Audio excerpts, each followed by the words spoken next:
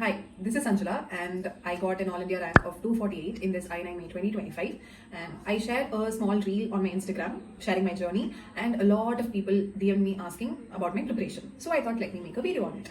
Before getting into the video, I just want to be clear on one thing. I was not a topper of any means during my college days. I used to study whenever we used to get our exams, and in fact I was not even in the plan of preparing for my postgraduate an MD or MS or anything. I was just looking at other options. So then when after my internship, I looked for other options, but then ended up joining this rat race. And I thought I'd prepare for my NEET PG. So this is me, and in NEET PG 2024, that is last year's NEET PG, my rank was around 75,000. Then I gave my INI of November 2024, and that was around 5,000. And then May 2025, my rank was 248. And I would also like to share some of the screenshots of my earlier GTs. That is when I first started, like just before I started preparation, I used to get 175, and of course very less even after that. So it was a process. So if you are wondering right now if you can do it, let me tell you, you can definitely do it. But the only thing is that you need to have the right mindset, and you should, wake up every single day. You have to study every single day and sleep, wake up, study, sleep. So this will be your routine for the next 6 months or 1 year, or how long you're planning to prepare. With this, let me get started with it, okay?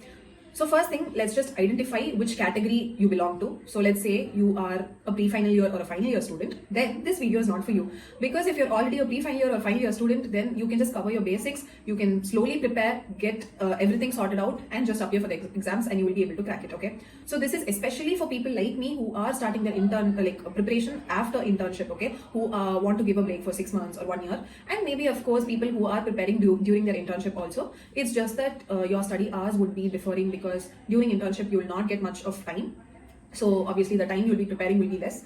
And after internship you definitely have to put in the whole day to prepare, okay? That's the thing. Now let's get into the actual preparation. Let us identify what sort of environment you study well in. This is very, very, very crucial, and this is the first thing that you need to decide, because let's say you're planning to prepare for a 6 months or a year. The entire year you're going to be in that environment, okay? So if you have chosen something wrong, or you don't like the environment that you're studying in, that is the mere basic that you need. So I was a person who liked to study from my home, because I was not a person who can take responsibility, who will be accountable and all. So when I was at home, my parents were always around me, so that gave me a sense of responsibility, that okay, I have to study, my parents are watching, something like that, okay? And also the second thing is that I wanted home food. After a very long time I wanted good food and all. So this was my criteria. Similarly, for some people you might be like, no, at my home there will be people, there will be relatives, I might just go out with my friends, and also I want an environment where there are people like me who will just keep on studying. Then you can choose somewhere outside, like a hostel. But you have to keep in mind that this is a long process. You will get lonely. At least when you're at home, there will be people around you to just cheer you up and all. So keep everything, like there are pros and cons in both of these. So decide which one you like more. So this would be the first thing, and then attached to this only you have something called as, do you want online classes or do you want offline classes? So why am I saying this is because automatically, for example, I was preparing, like my hometown is in Salem, and at that point there was anyways no proper the famous offline coaching classes were not available. So anyways I had to go with something online. But again, you have to decide if you are someone who can go to a class, sit there, because offline classes start from 8 o'clock and they can go till 6 or sometimes even 8. So you need an attention span of about 10 to 12 hours every single day, okay? But at the same time, if you're at home, let's say you're not a person who is responsible, sincere, who has to wake up early morning every day and sit down and study on your own, then maybe you can choose that. But keep in mind that even if you go to offline classes, in a week, only 3-4 days they will be taking those classes. The remaining 3 days you have to be at home, or whichever place you will be studying from. You have to come back and you have to do the studying on your own only. There's also another option that you can choose a mixture of these both. That is, you can choose live online classes. For example, from what I know, Cerebellum offers you something called as mission classes. So these will be live online classes where it will be for about 6-7 hours every day. So you can attend them from the comfort of your home, okay? But at the same time, this is going to be like a proper scheduled class that every day you have to go and watch it. It won't be live with other students. You will be at your home, but you will still be, it will be interactive. You can just through Zoom, you can respond and do all this stuff. So again, now you have to decide that do you want offline, do you want online, or you can choose something like live online classes. Coming to the platforms now. So once you've decided these both, that is the environment from where are you going to be studying and what is the mode of study that you're going to choose. After selecting this, now we will go on to the next step, the step 2, that is going to be choosing your platform. So again, these platforms, that is the apps that you're going to be studying from, these are also broadly classified into 2, which is going to be offline and online. So when we come to the offline classes, the more famous ones would be DAMS, ADR Plexus, and Bhatia maybe. And coming to online, it will be Cerebellum, which I personally studied from, PrepLadder, and Marrow. Coming to Cerebellum, I have to add an extra point. So Cerebellum has a faculty, Dr. Zainab Bora ma'am. She is a radiologist and she takes radiology there. But she also has something called as DTR. I'm telling you this because again, when I started my preparation, like until I started my preparation, I had no idea what DTR was. But DTR is basically Buri Thararatu, which was started by Zainab Bora ma'am. The ma'am takes all the 19 subjects and it is like a crash course to all these 19 subjects. And I will be talking detailedly about DTR in another video because that was something that I followed religiously, and I will be answering all of your questions like how to do BTR, what to do from BTR, and is BTR enough? So all these questions I will be dealing with in another video, okay? So of course, if you have decided offline, you have these options. If it is online, you have these options. And I think Cerebellum also offers an offline class in Hyderabad or something, which I'm not sure. So you can get even other options and platforms by talking to a lot more people. These are the ones that I know. But there's another thing again, there's another catch, that is once you choose a platform, let's say you just choose one platform, you will not like the faculty of all the subjects in that platform, right? So there are certain famous, very good faculties in each of these apps.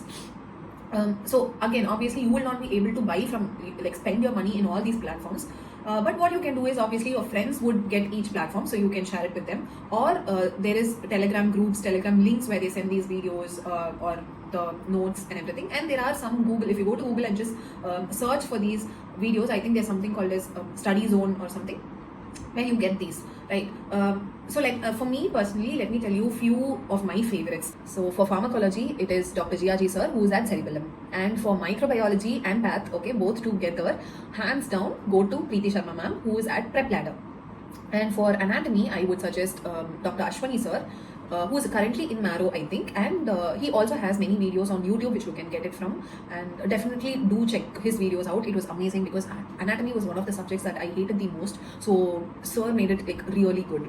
And of course, the godmother, like always, Dr. Zainab ma'am, who takes radiology. So for radiology, of course, you can go to her. So these are some of my favorites. So let's say you start reading from so many platforms, but at least for one subject, keep one faculty. Like, okay, I'm going to follow this notes, and your notes should also be fixed, okay? Video also you can see from wherever, but then at the end of the day, keep your notes fixed. This would be my, not suggestion. This is something that is basic. You need to do. You can watch from any of the platforms, any of the faculties, anything, but have just one notes. If you are going to be seeing something extra, reading from some other source, bring it to this note. So for each subject, there should be a fixed note, right? So this is one thing. And also, don't have FOMO at all, that is fear of missing out. Just blindly follow. If you like it, if you like a source, if you are getting good amount of corrects with that source, stick to it. So after doing all this, okay, after getting an idea about all this, you should be ready with each step. Now you can get into the preparation phase. Now is where you start your studying, your preparation, everything. This is the right time to start making a timetable. So what do you do? Obviously, you divide your number of days. So if you're planning for 6 months, based on that you divide. If it's for a year, based on that you divide.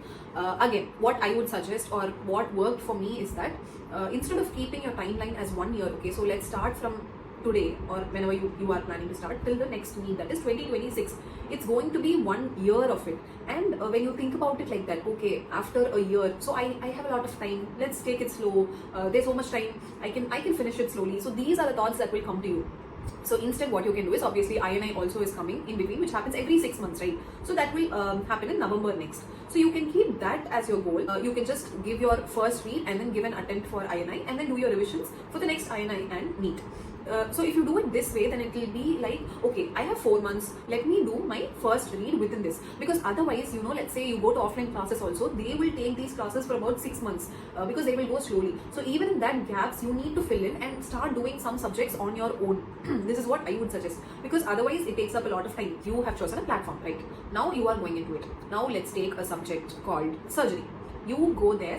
If it is online, I'm saying, if it is offline, they will give you a timetable.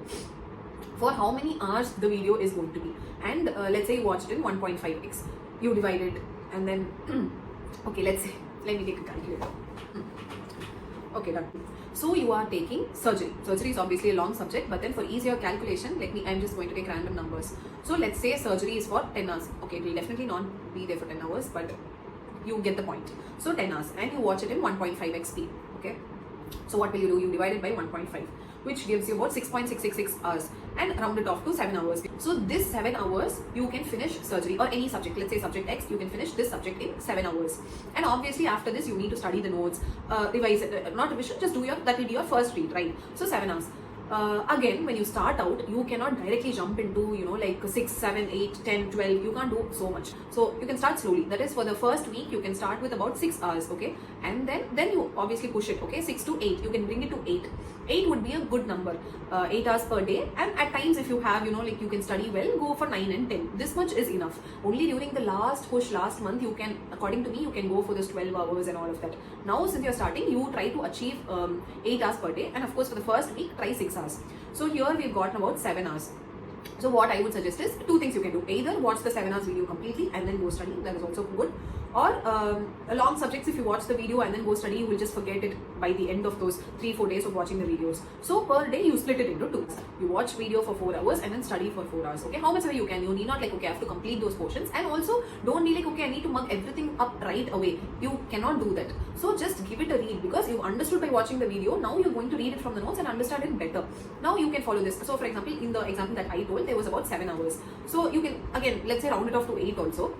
4 hours today, 4 hours tomorrow. So it takes about 2 days. And you study for 4 hours, like read the notes for 4 hours today and then 4 hours next day. Again, if you're not able to finish the studying, then you can give one other extra day for the studying. And now you should also give another extra day for your PYQs. That is the previous year questions, which is very, very, very, very, how many varies you want to take? Important, okay? Now your question would be, ma'am, where should I do the PYQs from? Personally, again, my suggestion would be to take Marrow, because not only for PYQs, for questions, for GTs, everything Marrow is best. I would suggest you to not even try out the other options. You can put plan B of Marrow and use this full-fledgedly, because let me tell you the reason also. So one thing is that when you give GTs, a lot of people around India, they give the GT of Marrow because that is what people use the most. Second thing, when you do these custom modules, when you do these questions, the Marrow app is in such a way that you want to do the questions. For example, the other platforms, I have tried out almost everything, like just for the questions. Either the explanations are not good, or the app, like the user interface is so bad that I don't even want to give my questions. So what use it is that, like, if you don't even give your questions, then there's no use at all, right? So you can give Marrow, even though the questions will be a bit more difficult. At least it will make you, give those questions on a regular basis. You won't avoid it. Now, another problem which arises usually, which happened to me also, is that by the time you finish your first read, like the first subject that you started, and you take about 3-4 months to finish the 19 subjects, when you go back, you will not remember your first subject at all. So what you can do is, of course, take a little more time for your first read, and in between just open. That's why I suggest going for BTR, because BTR is small. So you do one subject, immediately you do BTR along with it, move on to the next subject, immediately do that subject's BTR, move on to the next subject, do that subject's BTR, and after around 3 subjects, go back to that first subject, just see the BTR notes once. Because since it's BTR, it's very small, you can finish it in like 1 day for that one subject. Then again start doing some other new subject, and on 1 day go back to the second subject, just look at it once, need not study at all. So you can do this for about 3.5 to 4 months, and if you start today, I think you can give your November INI. It will just let you know, it will be like another GT, let you know at what position you're in. And then you can start with your first revision. And with first revision, you start properly from BTR if you want to do BTR as well. Otherwise, just do your original notes. Some people, what they do is that they study from their notes, and then for revision they use BTR. I don't know how effective this would be, because for me personally, I'm more of a picture memory person, right? So I revised BTR multiple times, like at least 15 times. So I had this perfect picture memory along with my choti copy. I was able to just read that multiple times, and I was able to get the answers right, I feel. Coming to GTs, another topic. So when should you start giving GTs? A lot of people tell you that you have to start it right away, but for me personally, I don't think you should be doing that. Again, I have a reason, so if you find it acceptable, you can do that.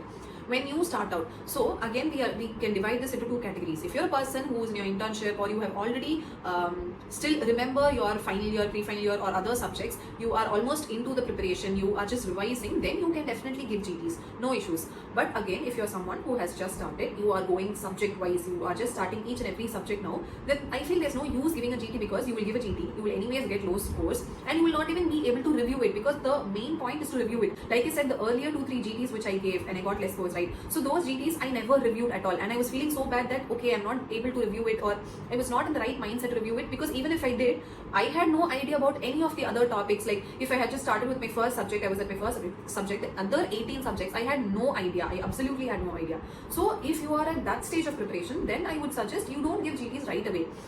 Maybe halfway, like out of the 19 subjects, after finishing about 10 subjects, I feel you can give. But even then, you will still get not score very well, because you're just starting out, right?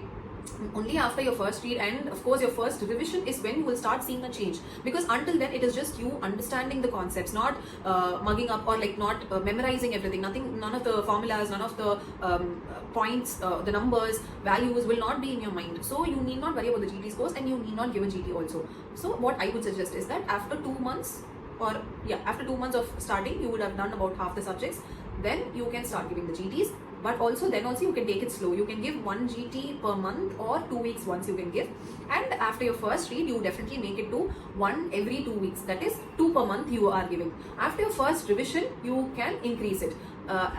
For me personally, when I gave my final May INI exams, I had done about 20 GTs at least from various platforms. Coming back onto it, keep your main GTs, like I said, from Marrow, because a lot of people give that, and but you should also be giving from other platforms as well, because you will get this thing called as Marrow bias, that you will know what sort of questions they ask, you know the pattern of questions they ask. So after a point, you will be like, okay, I know this. So it might give you a false high values or a false boost. So for that, in that case, just opt for, like, you do get free GTs in all the other platforms. So when you do 1 GT in this, in Marrow, give another GT in another platform, then come back to this, give another in some other platform. So just go back and forth. But of course, your main Q banks, not Q banks or custom modules or GT should be stuck to one platform. Then coming to GT scores, so a lot of people, of course, will feel bad that our GT scores are very low. And again, take it from me, my GT scores were very, very low, and only after my first revision I was able to see a change. And even that change, when I finally reached around 140, I was stuck in the range of 140 to 150. Like I will always get 143, 145 for about 3 months. Like I was stuck there for 3 months. And imagine, like I could have given up at any point, and I was at the verge of like giving up, as in, okay, I think this is my final score, this is not going to make a difference at all. But again, it takes time. You just slowly, you keep on giving the GTs, and at some point, okay, one thing is that you should have patience, okay, just keep on doing it. But the second thing is that maybe there is some defect in your method of preparation, so you might want to change it. So for me, what it was after my November I9, I started redoing the subjects from like step 1. So I started with step 1, first subject, second subject, I started going like this. So what usually happens is that, like I said before, you start with the first subject, you go in a linear way, you will obviously forget the previous subjects. So when you give GTs along the way, you will do well in the subjects that you are studying at that point, and you will not do so well at the other subjects. That is why until your first read and your first revision, you can be chill with your GTs and your GT scores. After that, start analyzing why you're getting those wrong. Is it because it's been a long time since you revised it? Or is it because of some other reason? So that could be one reason, or some recall bias, or you are not confident with that topic, like you haven't read about the topic. If that is the case, that is easier. You just go back to some main video or a main note, you take the whatever topic that is, and you add it on. Where should you add it on to? You should add it on to the notes that you are using. So like I said, you just have one notes with you, you are going to add that point to that note only, because you will again do the next revision from that note, and you need that extra point to be there. So that is really, really important. So like this, you can find out why your GT scores are stuck.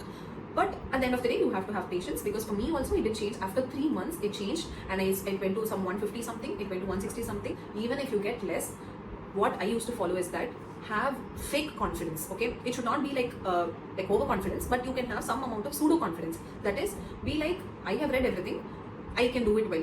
Something like that, I don't know. You just don't be scared. When you go to the exam hall, be like, I can do this, I will get this. Some amount of pseudo confidence will definitely help you, because otherwise I feel like you will be panicking a lot, and that will do more harm than good, right? So at least this pseudo confidence or your actual confidence will just calm you down and be like, will make you think properly.